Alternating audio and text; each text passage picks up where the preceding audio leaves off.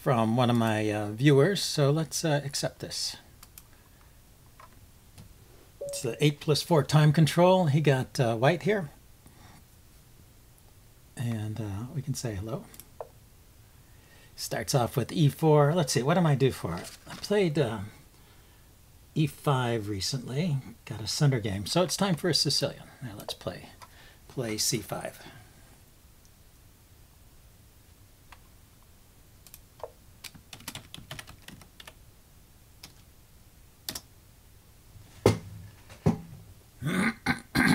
Okay, we've got normal opening so far. d6. It's the main line, slightly more popular than knight f6, although that's a very respectable way to play as well. So he goes for the open Sicilian. And do the main move here, putting pressure on the pawn and encouraging him to defend it. And then I go with the classical variation with knight to c6. So a lot of choices for white here.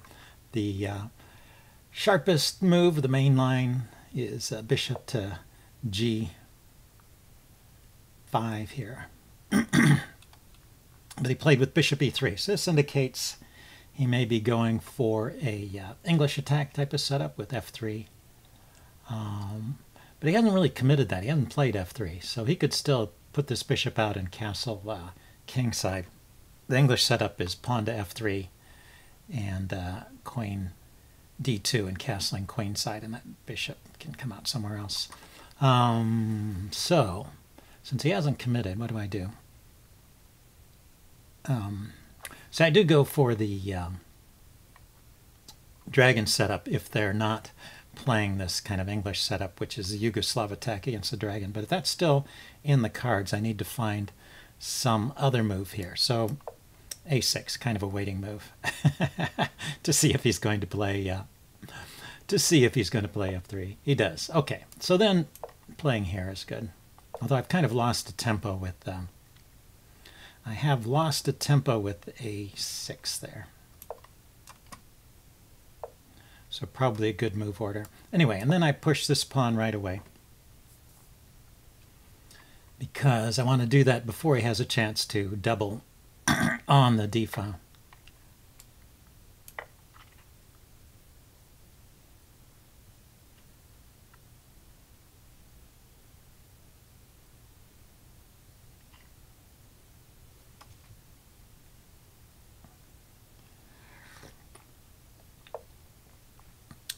So I went there anyway. So what does this mean? My queen is defended, so this knight is not pinned. So I can take the bishop. If he takes my queen, I'll take back. He takes my rook, I take back. And then I'm just up a piece. So when I take here, he'll probably take back with the queen. And then I have one move to move my queen out of the way.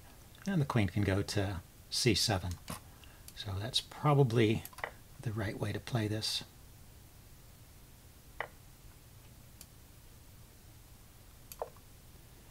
And so this should be okay for me.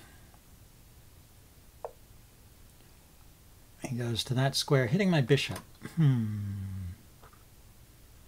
Yeah, it's a little awkward, isn't it? Because if he takes the bishop, my pawns will be doubled.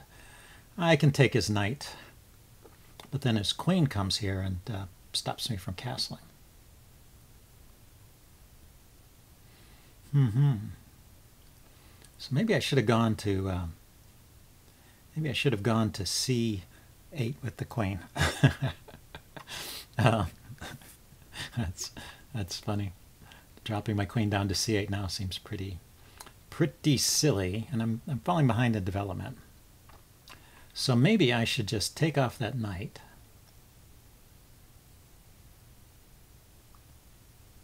And then kick his queen. And because I'm worried about falling behind in development here. Kick his queen and see if I can just chase it away from that diagonal. If it insists on staying on the diagonal, the queen will have to go all the way back to a3, and then I can play something like knight to e7 and get castled that way. Just want to get castled.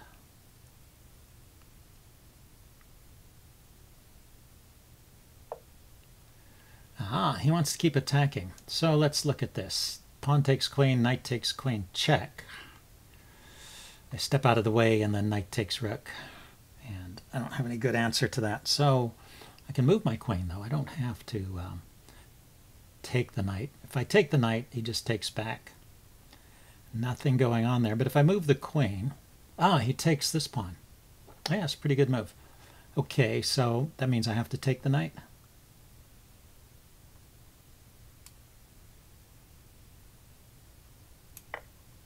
And he has to take back with the queen. And I get castled. So I guess this all worked out. The bishop is on my A pawn. I can play rook to d8. Yeah, good game by white. Okay, so rook d8. Where's the queen going? This rank is off limits. It's covered by my pawns, or the knight covers that square and the queen. Up and down is off limits, so he's limited to diagonal moves. This diagonal, he could drop back to e4 there, or he could come back and along this diagonal to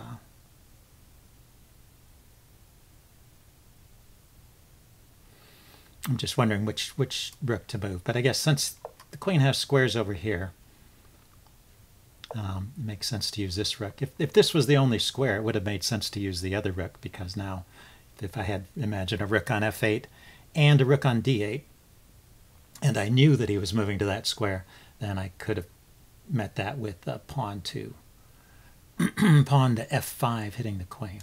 Here I'll have to play g6.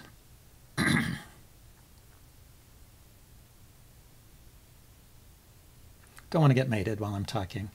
Then he just runs back to this side. So I can bring my rook over here. That leaves the pawn hanging. I could push the pawn forward. And the question is which way to push. Pushing with the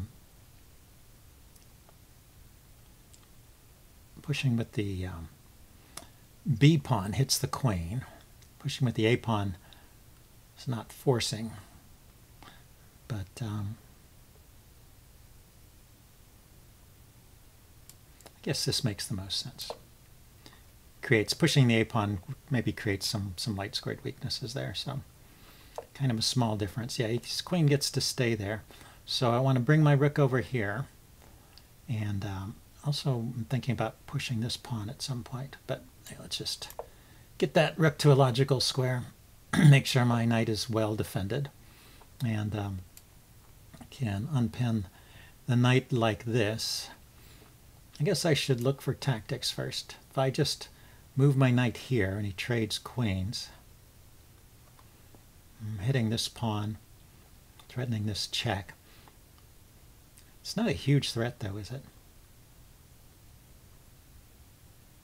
And this rook is loose. If I trade rooks first,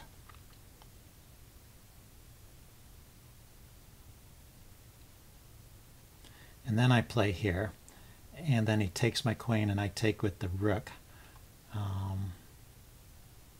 This check, how useful is it?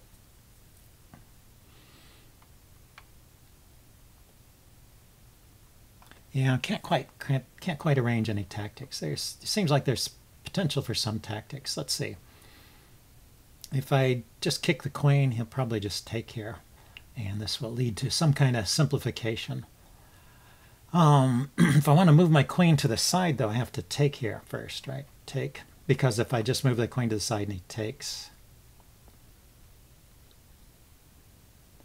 well, I could throw in the check at that point here. Let's just unpin and see what he wants to do. If he takes the knight, I have to take there first. So he takes there first. Oh, that's good. That's good. He trades first, and then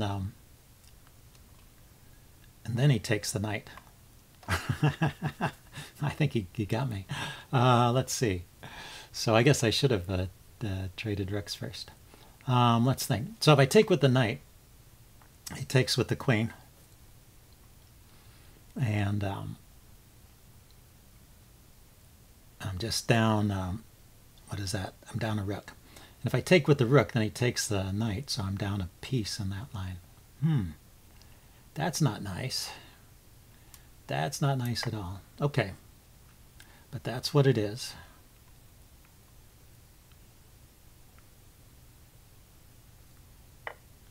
Yeah, he takes with the queen, so let's see if I can get something going with the counterattack.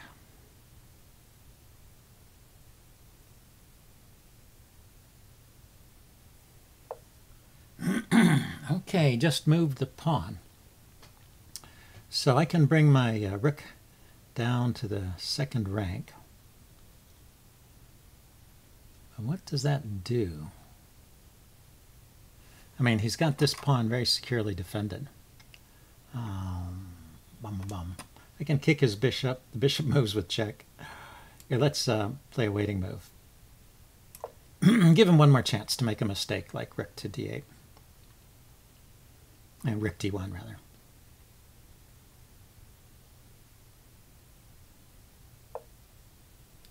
I blocked the diagonal. Yeah, so that's a good move. And the queen actually covers the f3 pawn. I can chase the rook.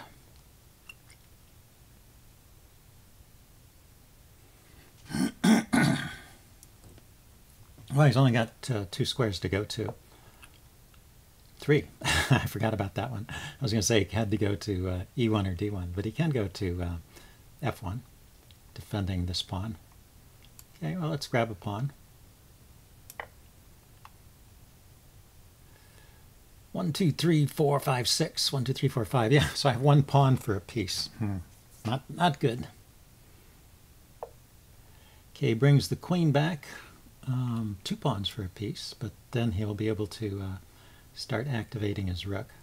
Still, I'll do what I can to get back in this game. You know, f5 is a move here. He can't check with the queen or the bishop after f5. He can take the pawn.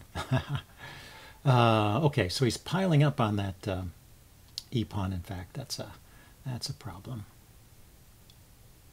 And let's see, and if I defend it with the pawn, like pawn to f6, his queen can come in here with check, pick up this guy. So that means I should defend with the rook. Don't like that. He can push this pawn forward. Still, this is an important pawn to me, so let's hold on to it for the moment. Maybe lift the rook up to this square. Okay, let's start pushing pushing my h-pawn. It's my only, it's my major asset in this position. Yeah, he can just go there. I can't really, I cannot really stop that.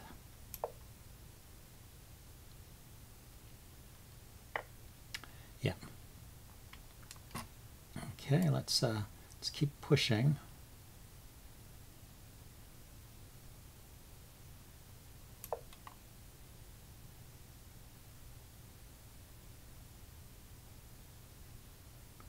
Just wondering briefly about things like f5, but he can take en passant with check. You know, f5 trying to exploit a pin here, but since he takes with check, that just loses the rook.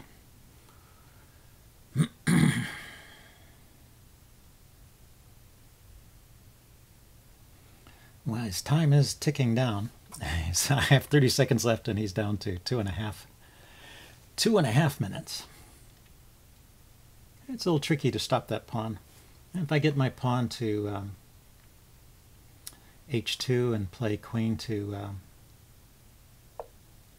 h or g1, that's a threat. Okay, so he goes there.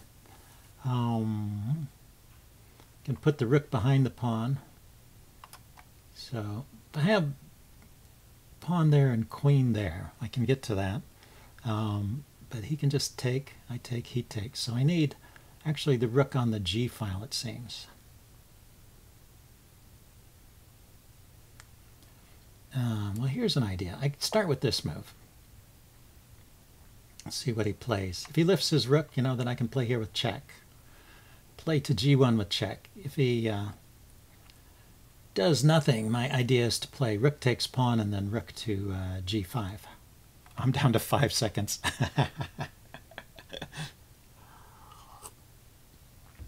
Better move quickly here. It's tough. It's a tough position to try and come back from.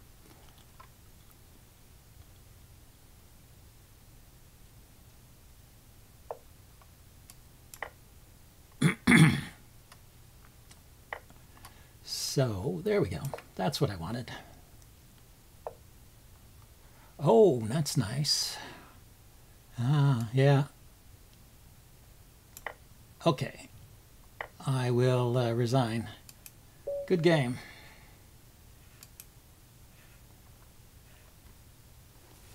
I guess I will upload this and do a postmortem. We can see where we went wrong. And see you guys later. Bye.